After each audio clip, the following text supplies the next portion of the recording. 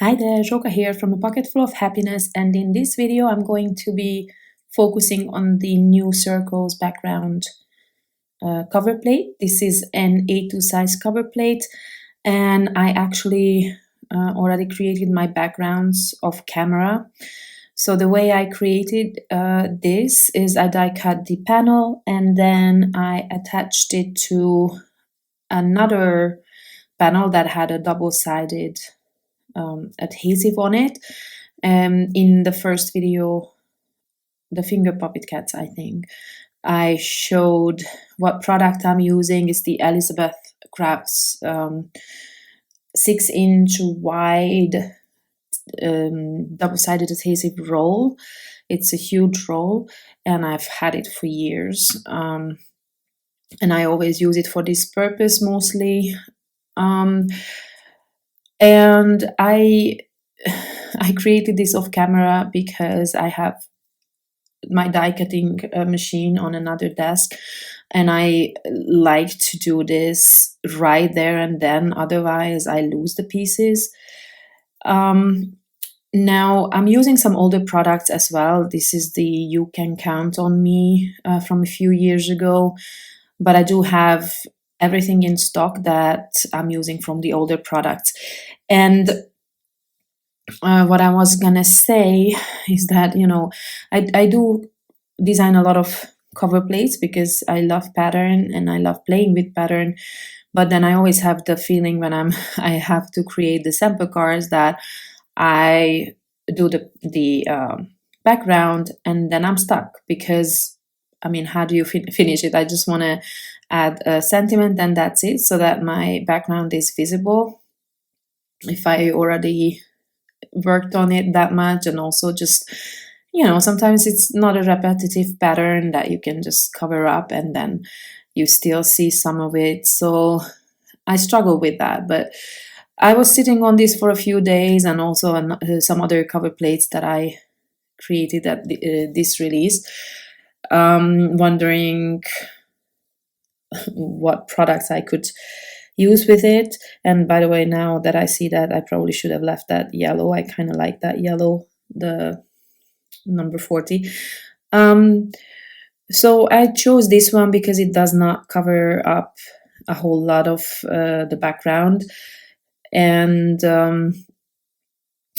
also I have two friends that turned 40 this year, so I thought I would prepare their cards, well, quite early actually, because one is end of May, the other one is November, so I probably will forget by then. So I'm trying to figure out where to place that 40. I wanted to use the same color as that because the yellow circle is the biggest. I wanted to have it yellow and then use it on the yellow background, so it's kind of tone on tone, but I didn't like it at that time. Now looking at it, it would have been good, I think. But well, you decide. And then I've just used the same colors that I use in the background for my flowers, just maybe a different tone so that they stand out a little bit. And I added the tiniest enamel dots for flower centers, and then I will place them where I wanted them on the number, and I'll glue them down using liquid glue. And that's well, I will add just maybe 1 centimeter as far as I remember. Now I actually got uncertain if I did that, but I will see in a second. So I tuck the little leaves under the flowers so that you cannot see the end of them. I kind of shortened it as well. And then I'm adding some enamel dots to have even more circles than I already have. And you can see that this background, I kind of went for just one color for each circle, but since they are interlocked. It's a bit difficult to create or use one color for every circle. So you will see I had to go with one of the two colors. Um, just to add something more like a bit of a different texture, I'm also adding a few enamel dots in matching colors, and then that card is done. And on my next card, as you can see, I used several shades of one color to fill my circles to make them more colorful. And this is actually, I did not die cut the whole panel from every single color. I just go section by section. It might take a little bit, actually it doesn't take longer because I still have to go through the same amount of times with my die cutting machine. It's just what takes a bit longer is to cut smaller pieces of cardstock, but it's perfect for using up smaller scraps, which I'm never seem to be able to throw away, so it's perfect for this. And I added 2 layers of white die cuts on top. It creates a bit of dimension, and also I just like that look. So I need to have a dimension either with the color pieces or with the outline.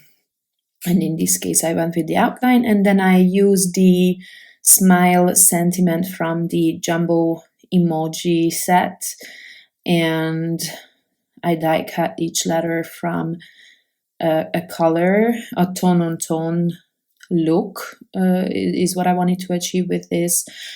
And then that's it for this card. I didn't want to make it more complicated. Now this one, the mid-size butterfly, is also an older product, and I die cut it from a few different colors because I wanted to create a white butterfly with some colorful details. And as you can see, I am using the white outline as a template to help me where I have to glue down the color pieces, because I didn't actually want to do inlay technique in a way. I did not want to glue down the wings of the butterfly on the background because I want to have some movement. So that's how I started with this.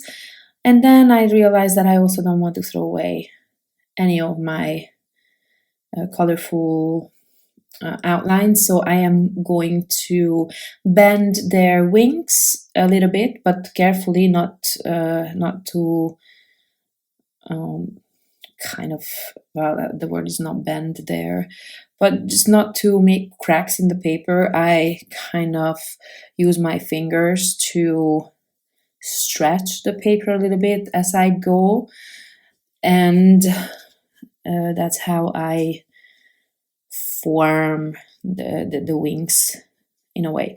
And then I decided to settle on this periwinkle color as my outline, and then you will see all the dimension under those wings. Of course, from this angle you don't really see it, but when you have the card in your hands, I think it makes a difference, especially because I'm going for a really simple background, which I just wanted to show you that it looks still great when you just use white on white, but then in a more dimensional way. So I layered up a few of these die cuts and added them on top of my panel, which I created with the use of the double-sided adhesive sheet or roll that I showed you earlier. And then I will just add the butterfly in the middle. I will use liquid glue to glue it down. And I created a sentiment with one of the Happy Everything die set from the same release. And this time I actually used orange for my background, not black, but still with white letters. And to add a bit more color, I come in with some enamel dots in matching colors. Well, in fact, this is periwinkle, my favorite. So I think it's great with orange. And again, just so that it's not all white in the background. I struggle with white. I love white on white textured backgrounds, but for whatever reason, I just can't let them be. I can't leave them as they are. Okay, so these are my 3 cards. I hope I could give you some ideas. I hope you like this cover plate. I think you can create really pretty, colorful projects with it. Or not, if you prefer just white or single color as well. So, thank you very much for watching, and I hope to see you next time. Bye bye.